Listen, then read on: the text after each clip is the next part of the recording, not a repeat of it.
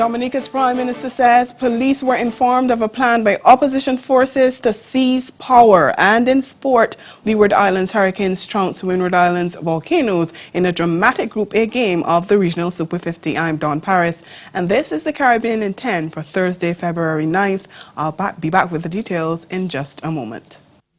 Grow your business or promote your event through the services offered by the Caribbean Media Corporation and CaribVision. Our distribution provides a platform on cable, terrestrial television, and websites. We cover carnivals and events from across the region.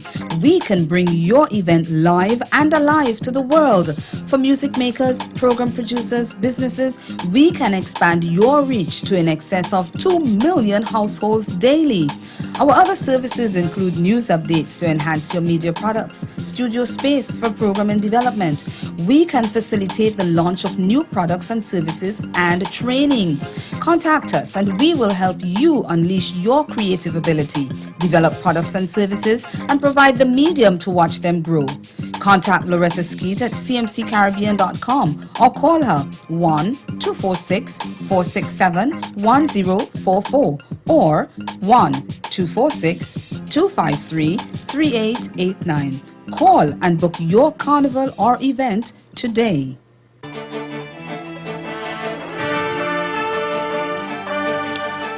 We begin in Dominica, where Prime Minister Roosevelt Skerrit says police had been tipped off that the leadership of the country's opposition parties had a plan for protesters to storm his office and seize the seat of power during an anti-government demonstration on Tuesday night.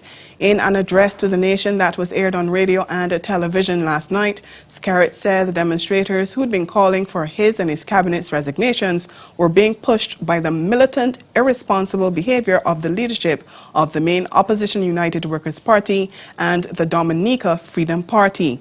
Opposition supporters had earlier staged a demonstration on the street near the financial center where Skerrit's office is housed, and the Prime Minister said there was a sinister plan in the works. It's important for me to share with you the plan, which was relayed to intelligence personnel in the Dominica Police Force. Fortunately for us all, not every member of the United Workers' Party and the Dominica Freedom Party is supportive of the militant, irresponsible behavior of the leadership. So, details of the plan had already been shared with the police and security officials. The police had information that the intent of the leadership was to stall the truck in front of the financial center and storm the barriers with the intent of entering the building. This was the intent of the leadership of the United Workers' Party and the Dominica Freedom Party. This is how they intended to seize the seat of power in the country. They would have stormed the financial center building and seek to occupy the building until their demands were met. But opposition leader Lennox Linton has insisted there is no truth to allegations that he or his party were involved in planning unrest. Speaking at a press conference yesterday evening, he was adamant it was all lies. The leadership would know who those associates are. The leadership knows who its associates are. And the leadership knows absolutely nothing about any payment to anybody for what happened last night, nor does the leadership know of any associate of the party who would have been involved in any behavior of that nature. This is a story. Linton even went as far as blaming police for contributing to the disturbances. He said it was their refusal to remove barriers and allow the truck carrying the sound system to move in the normal flow of traffic after the meeting that created problems. But that was the precursor to what happened later on. It had nothing to do with the meeting. It had to do with the standoff that the police created by their relationship and behavior with the crowd after the meeting was over, and they must take responsibility for it. And in Bermuda, protests are likely tomorrow when the House of Assembly finally gets to debate government's controversial plan to build a new airport terminal.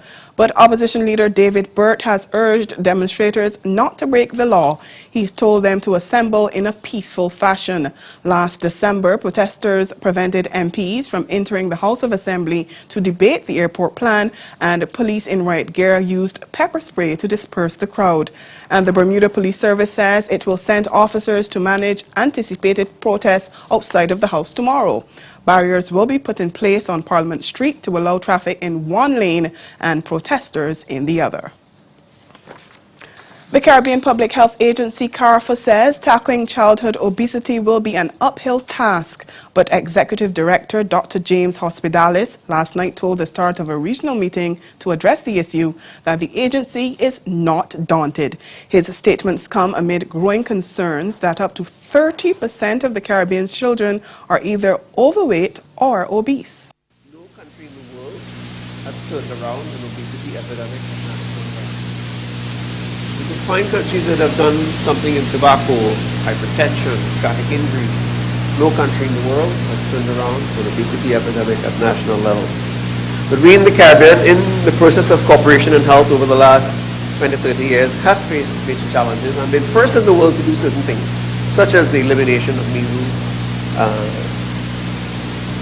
in the 90s. So why shouldn't we be the first in the world to turn around an obesity epidemic, beginning with our children? Stay with us. Your Midday Sport is next. Make your special event in Barbados a memorable one. Let Pangrove Elegant Events transform the concept of your dreams into a magical reality. We provide everything you need for your event, from the understated to the stately. Our team can reimagine your indoor or outdoor space, or explore the scenic, lush gardenscape of our event venue at Sugarland Gardens. Celebrate life's milestones with Pangrove Elegant Events and Sugarland Gardens, and experience the elegant side of Barbados. All right, now I'm really sad that I missed your performance. You know that, right? So do you know what that means? What's that mean? You're a singer? Yes. Okay, that's a camera. So I just need like a little Oh, boy. sample, just like this much. Of what I did? Of the song I did? Yeah. All right. Ready? There's a part of me that could always see what we were coming to, but now looking. Continuing with sports, a scintillating unbeaten half-century from Rakeem Cornwell helped Leeward Islands Hurricanes trounce Windward Islands Volcanoes by 4 wickets in a dramatic Group A game of the Regional Super 50 in Antigua last night. In pursuit of a difficult 294 for victory in the day-night affair at Coolidge Cricket Ground, Hurricanes were in control at 164 for 1 in the 30th over behind captain Kieran Powell's brilliant 80. But they lost 5 wickets for 44 runs to collapse to 208 for 6 in the 39th over. The burly Cornwall then took control of the run chase for Scorpions, blasting 74 not out just off 50 balls to stun Volcanoes. He belted 10 fours and a 6 as he added 91 off 63 balls in an unbroken 7th wicket stand with Trinidadian all-rounder Akil Hussain, whose unbeaten 26 came from 24 balls. The half-century was Cornwall's second of the tournament and a second against Volcanoes, following his unbeaten 70 in his Hurricanes' third game. Powell had earlier extended his run of phenomenal form when he faced 84 balls and struck 4 fours and 3 sixes to mark his 5th consecutive score of over 50. He laid the foundation for the successful run chase by posting 112 for the first wicket with Monson Hodge, who scored 46 from 54 balls.